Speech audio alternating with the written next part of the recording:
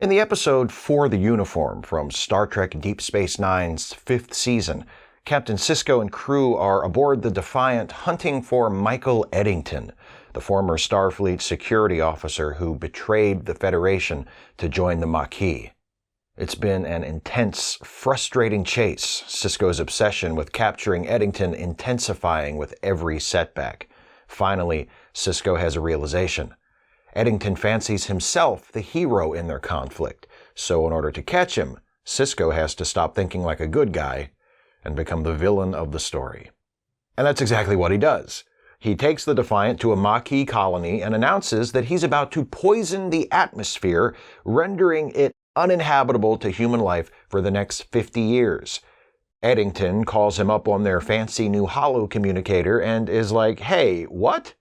And Sisko is like, "You heard me, I'm poisoning this planet. Better evacuate everybody. Or you could, turn yourself in." Eddington's like, "Turn myself in? When you're obviously bluffing? Yeah, right." So Sisko's like, "Worf, fire that planet-poisoning torpedo." It's such a shocking order that Worf hesitates to carry it out. Worf, the guy who gets sulky if he hasn't at least gotten to punch somebody by lunchtime. I think Worf probably assumes that Sisko is bluffing too. So when Eddington calls the bluff and Sisko says, "Okay, give him the poison," Worf is thinking, "What, really? Can you do that?" And I'm watching this episode on my couch thinking, yeah, can he do that? But that's not the only question raised by Sisko's actions in For the Uniform. There's another, more fundamental question to be asked, and it's prompted not just by Sisko poisoning the atmosphere of an inhabited planet, but by other things he does elsewhere in the series. I love Sisko. He's my favorite captain, and perhaps my favorite character in the entire Star Trek franchise. Even so, I feel compelled to ask, is Captain Sisko actually a war criminal? Like I said, For the Uniform isn't the only episode where Sisko does something that might be considered a war crime, or at least an atrocity. But since I started there, let's examine his actions in that episode a bit more closely. At first glance, it seems obvious that rendering a planet full of people uninhabitable just to pressure a guy to turn himself over to the authorities is extremely not okay. But can Sisko's decision be justified, even if only for the sake of argument? From the perspective of Starfleet, the Maquis are terrorists, and by this point in the series, I have to say, whatever you think of their underlying motives, that's a reasonable view.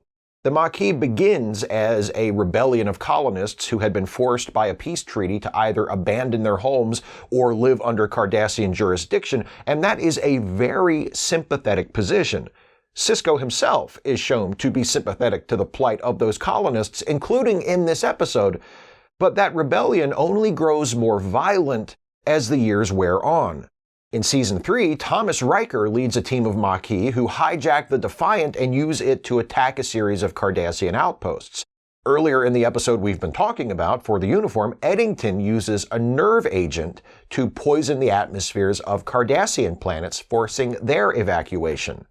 Eddington's forces also attack and seriously damage both the Defiant and another Starfleet ship, the Malinche. Actions like that affect both the Federation and the Cardassians and threaten to destabilize that region of space and destroy the fragile peace between the Federation and Cardassia.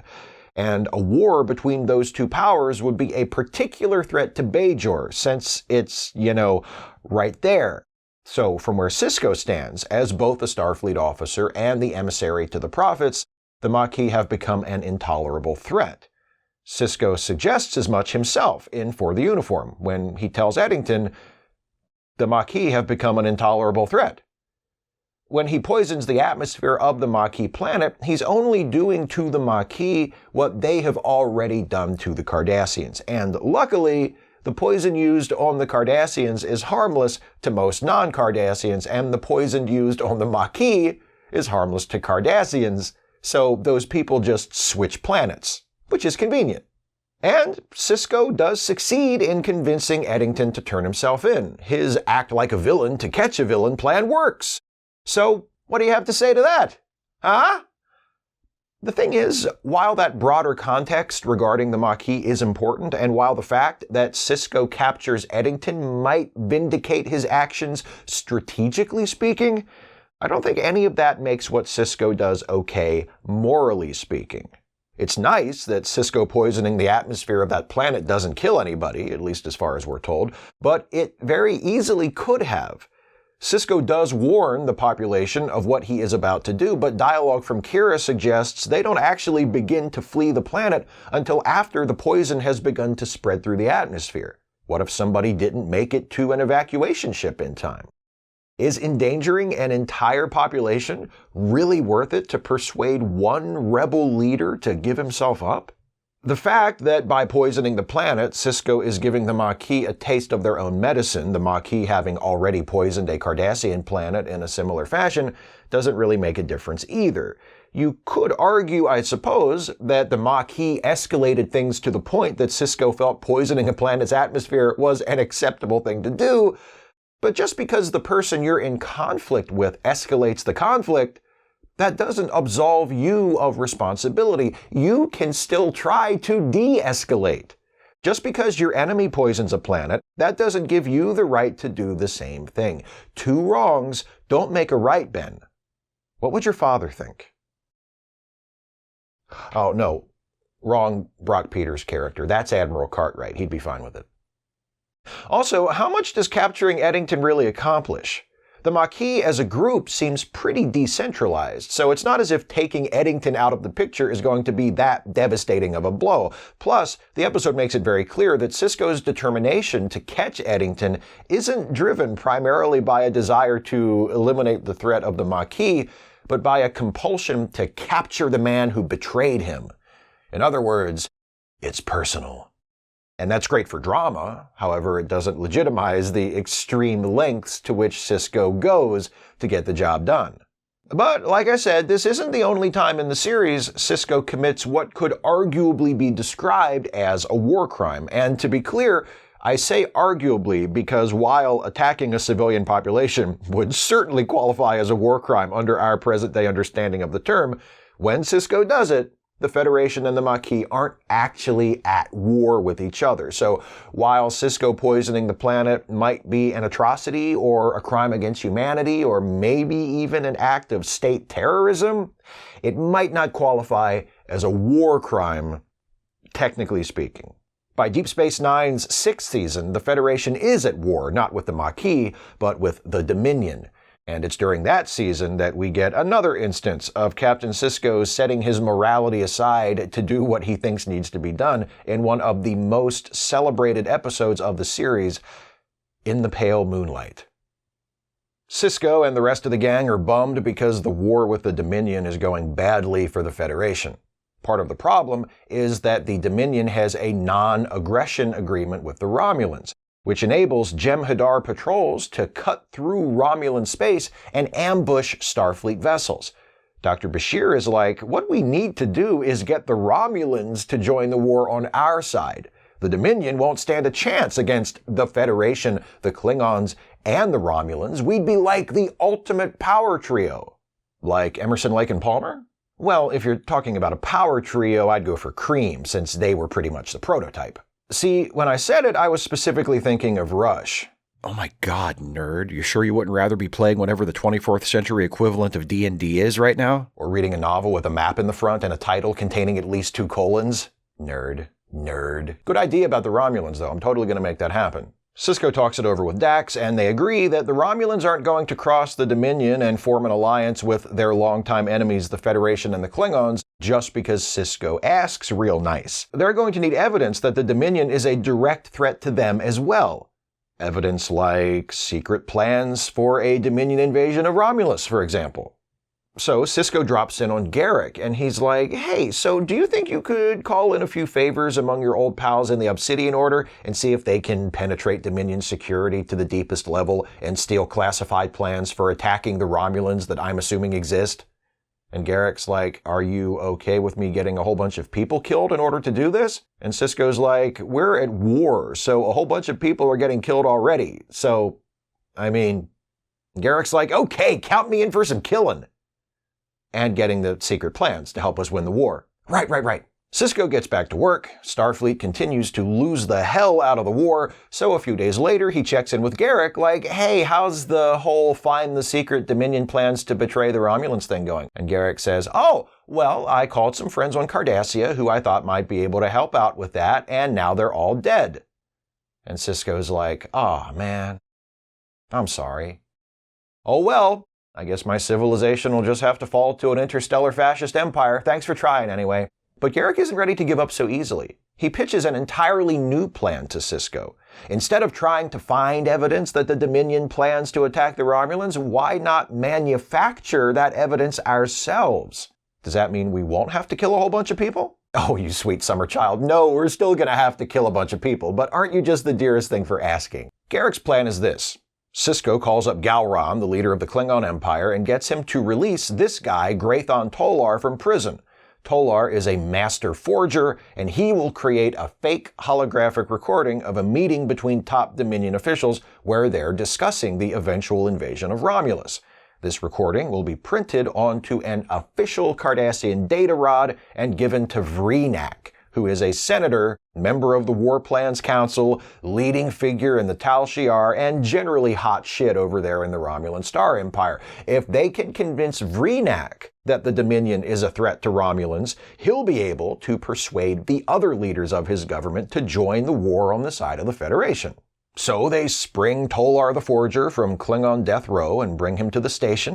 They tell him to hang out in his quarters until Garak can give him instructions on what he's supposed to forge, and things seem to be going okay until Tolar gets drunk and stabs Quark. Sisko bribes Quark to forget about it. What's a little stabbing in pursuit of ending a war, after all?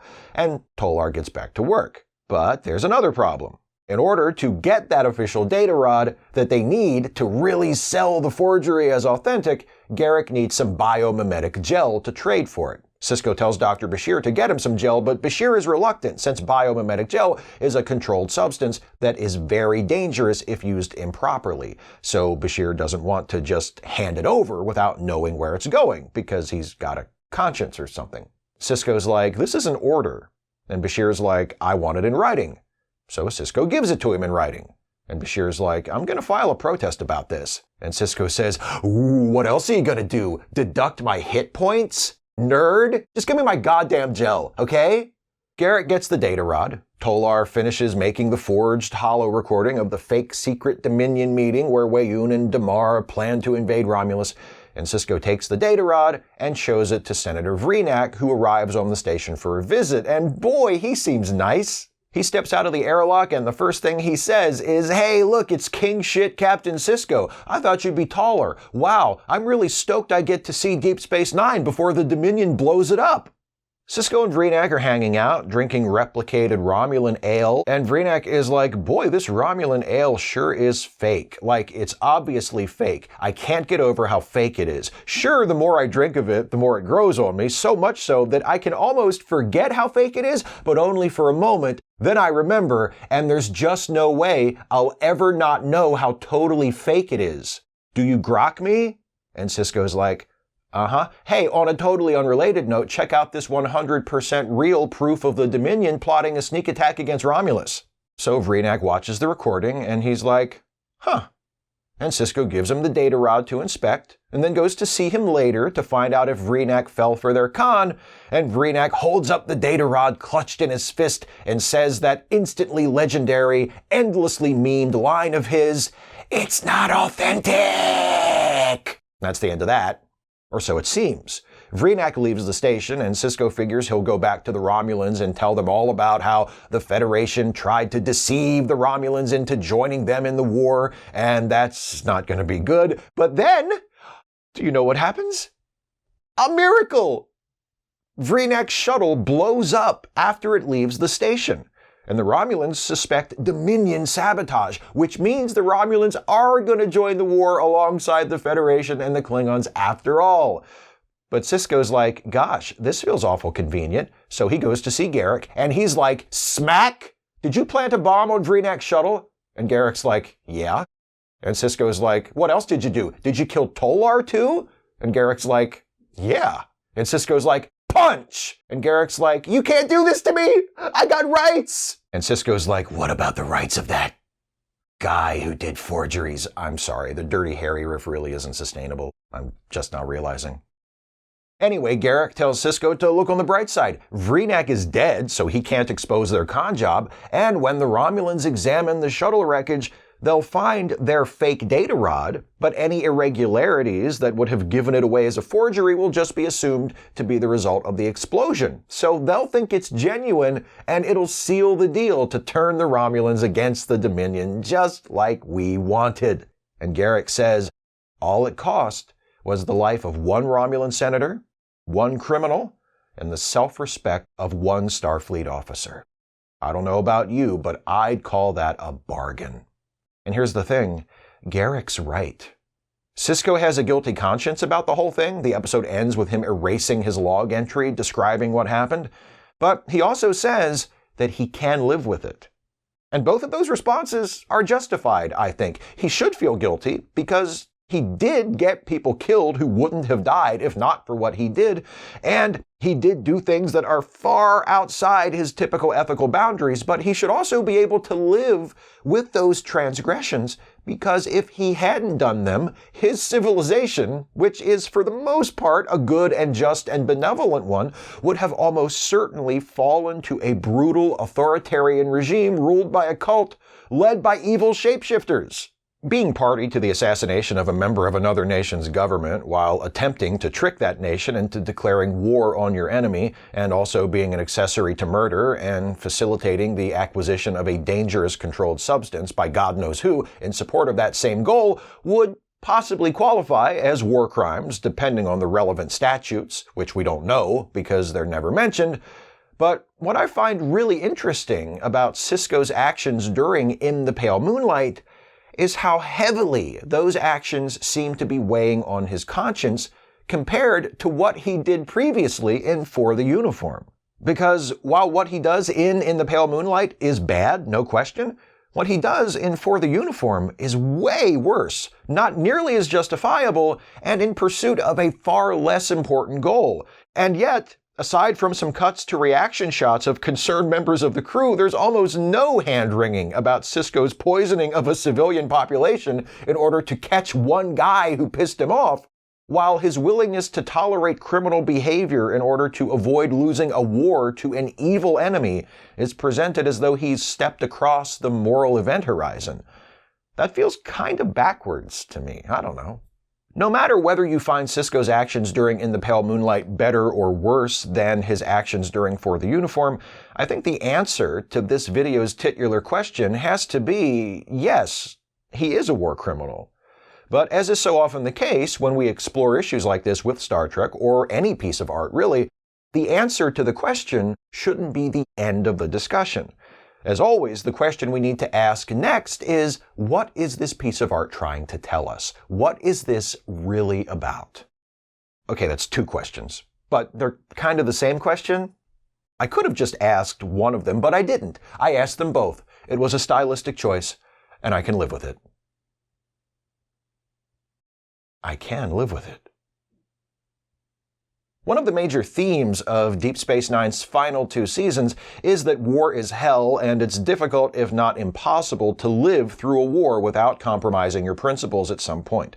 War is ugly, war is brutal, and war is destructive, not only to bodies and property, but to our morals, to our consciences, to the people we thought we were.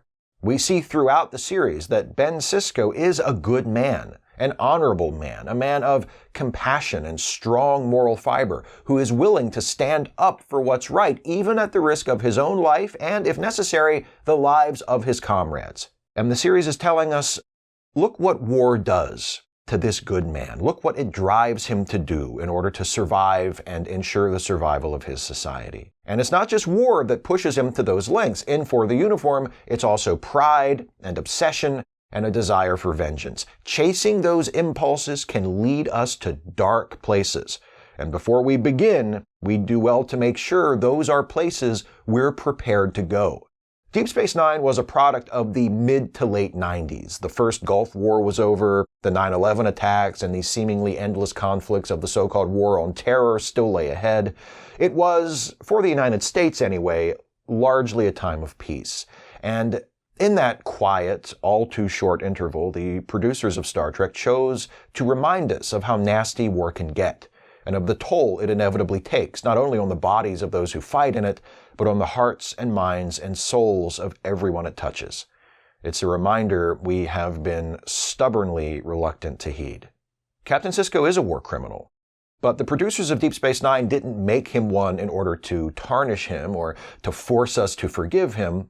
I think they did it to show us what happens to even the best of us when we give ourselves permission to do the wrong thing for the right reason, and to argue that maybe the best way to prevent war crimes isn't to conduct wars in a more civilized fashion, because how could such a thing be possible, but rather to avoid the wars altogether. Of course, unfortunately, as Deep Space Nine also shows us, that's not always possible either. Life is rarely that simple. The choices we face as individuals and as communities, societies, are not black and white, heads or tails. They're more like rolls of the dice. And not regular six-sided dice either, more like icosahedral dice. I bet you love that, don't you fucking nerd?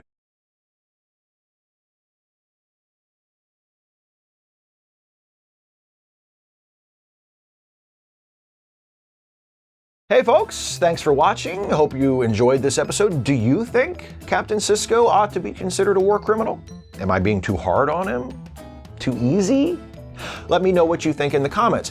I'll tell you what the topic of next month's Regulation Trek Actually video is going to be in a minute, but first, I want to give some shout-outs to some of my newest Patreon patrons, and their names are Randall Myers, thank you Randall, Landon Packrat, thank you Landon, Martin Radil, thank you Martin, Tony Nagatani, thank you Tony, Joe Drevdahl, thank you Joe, First Aid Man, thank you First Aid Man, Gabriella Melissa Delgado Rose, thank you Gabriella, Mike Menzel, thank you Mike, and Lisa Garrison, thank you Lisa. Those are my newest patrons to join the Patreon campaign at a level of $5 a month or more. If you want to support my work here on YouTube, you can become a patron by going to patreon.com/Steve Shives. $5 a month gets you a shout out.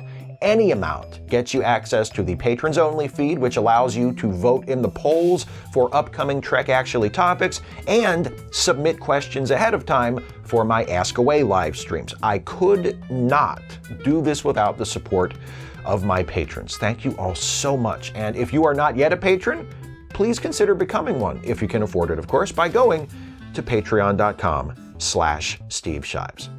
I also want to remind you that in addition to making YouTube videos, I co-host podcasts as a part of the Lemmy Listen family of podcasts, including a Star Trek-themed comedy podcast called The Ensign's Log, co-starring the wonderful and brilliant Jason Harding and my friend and collaborator, the wonderful and brilliant Dana Cole.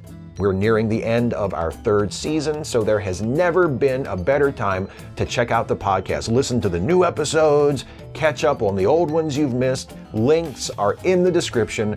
Check out the Ensign's Log. And speaking of Dana, she and I are also co-hosting a live stream series on this channel titled Trek Reluctantly. It's every Wednesday night starting at 6 p.m. Eastern Time, and it's a watch-along series where we watch and discuss episodes of Deep Space Nine and also Firefly. We do DS9 one week and Firefly the next. It's been a lot of fun. People who have joined us seem to have enjoyed themselves, and you're all invited to join our watch party. If you can't make it live, you can watch along with the recorded version of the stream. You just queue up the episode we're watching on your end and press play when we tell you and pause when we tell you, and we can watch Deep Space Nine and Firefly together. Links to the playlist containing all of our Trek Reluctantly live streams are also in the description of this video. Now then, Next month's Regulation Trek Actually topic has been chosen, as usual, by a poll of my Patreon patrons. The winning topic this time was the overwhelming choice of those who voted, netting more than twice the votes of the second-place finisher. And this is a nice topic to start the new year with because it's a what-if topic. How would Star Trek have been different if this had happened instead of what actually happened? The people have spoken. And the topic of next month's video will be, what if Captain Picard hadn't actually been rescued from the Borg? That should be a lot of fun. And that's next month, so I'll see you then, and I'll see you between now and then with other videos and live streams and podcasts. So until the next time I see you, be safe, be well, and take care, everybody.